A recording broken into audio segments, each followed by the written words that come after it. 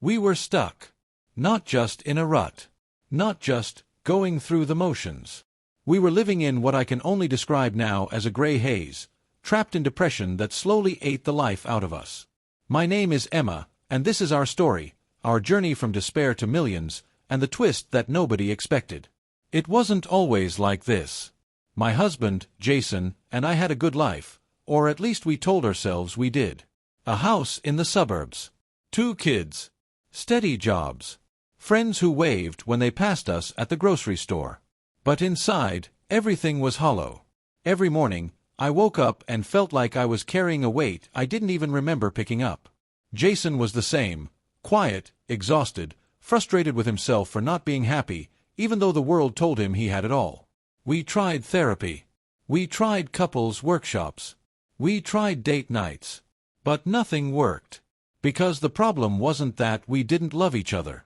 The problem was that we didn't love ourselves, or at least, not enough to fight the inertia that had us stuck. Then one night, after another long silent dinner, we sat on our porch and finally spoke the truth.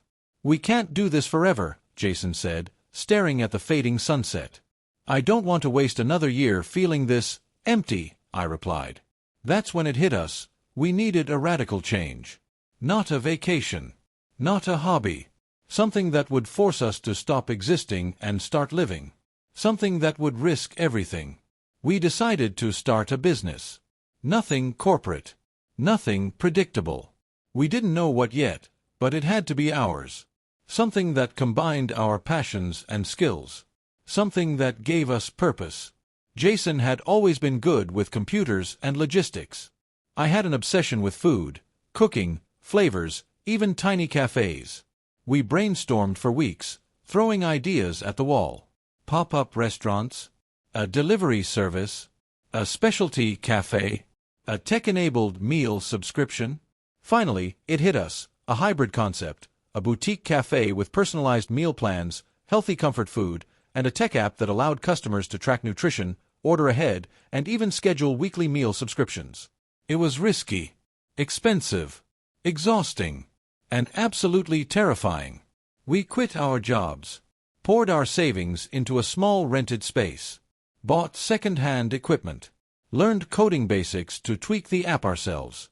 Every day, someone told us we were crazy, that we'd fail, that depression was all we had left, and this dream was just a fantasy. And at first, they were right. The first 3 months, we had more empty tables than filled ones. Bills stacked up. Suppliers called. Credit card debt soared. Our friends stopped checking in. Some family members outright told us to give up. We slept in shifts on the couch to save on electricity. Arguments exploded over the smallest things, a missing ingredient, a mismanaged order, or a minor bug in the app. I remember one night, I sat in the cafe alone, staring at a single receipt from a customer, thinking, maybe this is it. Maybe we're too late. Maybe this dream was a mistake. But Jason walked in and put his hand on mine.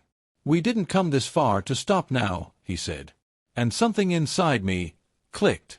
We doubled down. Worked longer hours. Redesigned the menu. Streamlined the app. Reached out to local influencers. Held community nights. Offered workshops. We engaged our customers like never before. We were no longer just a cafe. We were a story, our story. And slowly, things changed. A popular health blogger wrote a review. TikTok videos started going viral. Our reservations jumped from a few per day to dozens per week. People loved the personalization, the honesty, the passion behind the food. Within a year, we had to expand. Opened a second location. Then a third. Investors came knocking, but we were selective. We didn't want fast growth. We wanted sustainable, passionate growth. 2 years later, our small idea had turned into a multi-million-dollar business. Cafes across the city. Subscriptions nationwide. Awards. Media attention. The kind of financial stability we'd only dreamed about in our darkest days.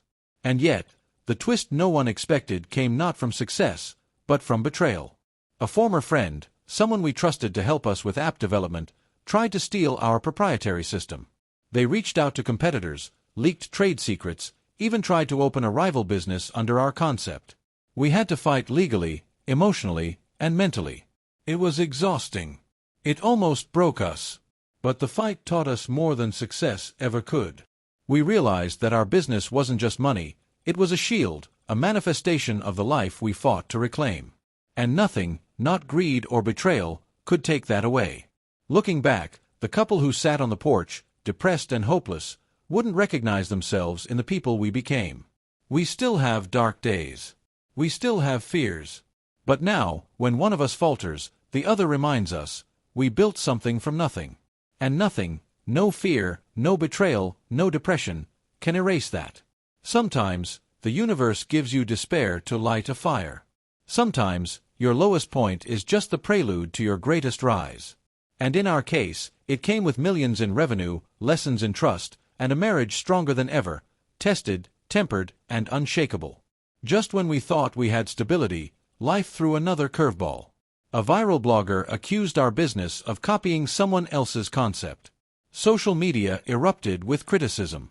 For a moment, the old weight of depression returned, the fear that everything we built could collapse overnight. We decided to respond differently. Instead of a corporate statement, we shared our journey openly. The depression, the sleepless nights, the empty cafe, the betrayal. Vulnerability connected us with our audience. Orders surged, influencers reposted, and our reputation recovered. Then came the twist nobody expected. A major investor who had previously passed reached out with a deal to expand nationwide, partnerships with fitness programs, wellness apps, and lifestyle brands. Months later, sitting in our first cafe, we laughed at our darkest days. We realized the most important thing wasn't the millions, it was that we had done it together. Life tested us, but resilience, honesty, and love turned despair into an extraordinary beginning. Just as we were celebrating our new expansion deal, life threw one more surprise, this time from an unexpected source. A local journalist, who had once criticized small businesses harshly, reached out. But instead of another attack, she wanted to feature us in a nationwide story about resilience and entrepreneurship. She said our journey, from depression and near failure to multi-million-dollar success, was inspiring people across the country. Sitting in our flagship cafe, Jason and I looked at each other and smiled, quietly realizing something profound. The trials, the sleepless nights, the arguments, the near breakdowns, they hadn't destroyed us. They had built us. And in that moment, we understood the truth about our journey. Money, recognition, even fame.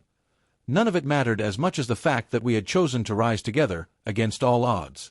Our lowest days had become the foundation for our highest achievements, and nothing could ever take that away.